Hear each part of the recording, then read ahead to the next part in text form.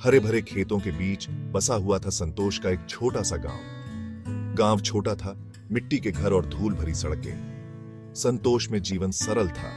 लोग कड़ी मेहनत करते थे, वे अपने खेतों में काम करते थे, वे अपने बच्चों के बेहतर भविष्य का सपना देखते थे। उनमें से एक जवान लड़का रहता था, नाम रवि। मेरा परिवार गरीब था। मेरे पिता एक किसान थे और मेरी माँ एक गृहिणी थी। हमारी कठिनाइयों के बावजूद मेरे माता पिता शिक्षा की शक्ति में विश्वास करते थे। वे जानते थे कि यह एक उज्जवल भविष्य की कुंजी है। हमने रवि को खूब पढ़ाई करने के लिए प्रोत्साहित किया। हमने उसमें कड़ी मेहनत और दृढ़ता के मूल्यों को डाला। और इस तरह रवि की यात्रा शुरू हुई, जो उसके माता पिता के सपनों और बलिदानों से प्रेरित थी। रवि को कला का गजब का शौक था। उसे स्केच करना बहुत पसंद था। वह स्लेट पर कोयले से घंटों स्केचिंग करता रहता था। उसके विषय अक्सर उसके आसपास के ग्रामीण जीवन के होते थे। उसने खेतों में काम करते हुए किसानों को चित्रित किया। उसने चरते हुए मवेशियों को चित्रित किया।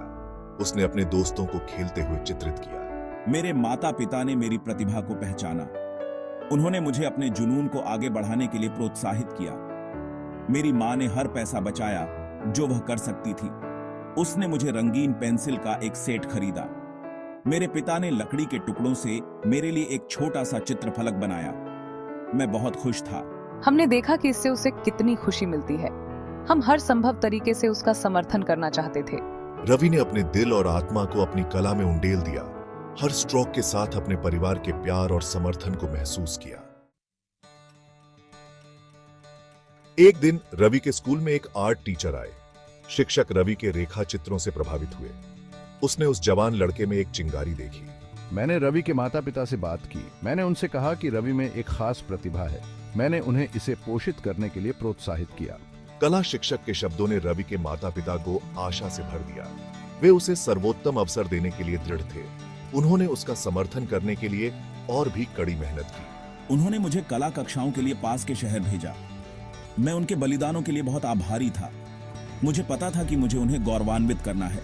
और इसलिए नए सिरे से आशा और दृढ़ता के साथ रवि ने एक उज्जवल भविष्य की ओर पहला कदम बढ़ाया। भाग 4, सफलता की राह। मैंने अपनी कला कक्षाओं में बहुत अच्छा प्रदर्शन किया। मैंने कई पुरस्कार जीते। मेरी प्रतिभा को हमारे गांव से परे पहचाना जाने लगा। उन्हें शहर के एक प्रतिष्ठित कला विद्यालय में अध्ययन करने के लिए छात्रवृत्ति मिली। यह रवि के लिए एक सपने के सच होने जैसा था।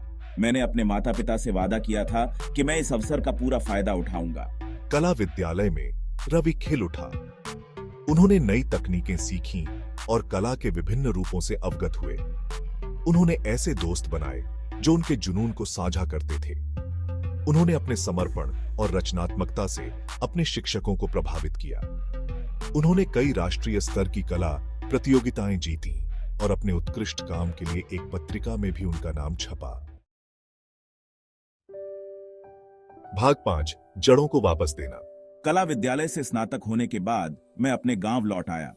मैं उस समुदाय को कुछ वापस देना चाहता था जिसने मेरा समर्थन किया था। मैंने संतोष के बच्चों के लिए एक कला विद्यालय शुरू किया। मैं कला के प्रति अपने ज्ञान और जुनून को उनके साथ साझा करना चाहता था। मेरा मानना था कि हर किसी को अपनी रचनात्मकता को व्यक्त करने का अवसर मिलना चाहिए। रवि का कला विद्यालय रचनात्मकता का केंद्र बन गया। आसपास के गांवों के बच्चे उससे सीखने के लिए आते थे। उसने उन्हें न केवल कला की तकनीकें सिखाईं, बल्कि अवलोकन, कल्पना और आत्म अभिव्यक्ति के महत्व को भी सिखाया। उन्होंने उन्हें अपनी अनूठी कलात्मक आवाजें खोजने के लिए प्रोत्साहित किया।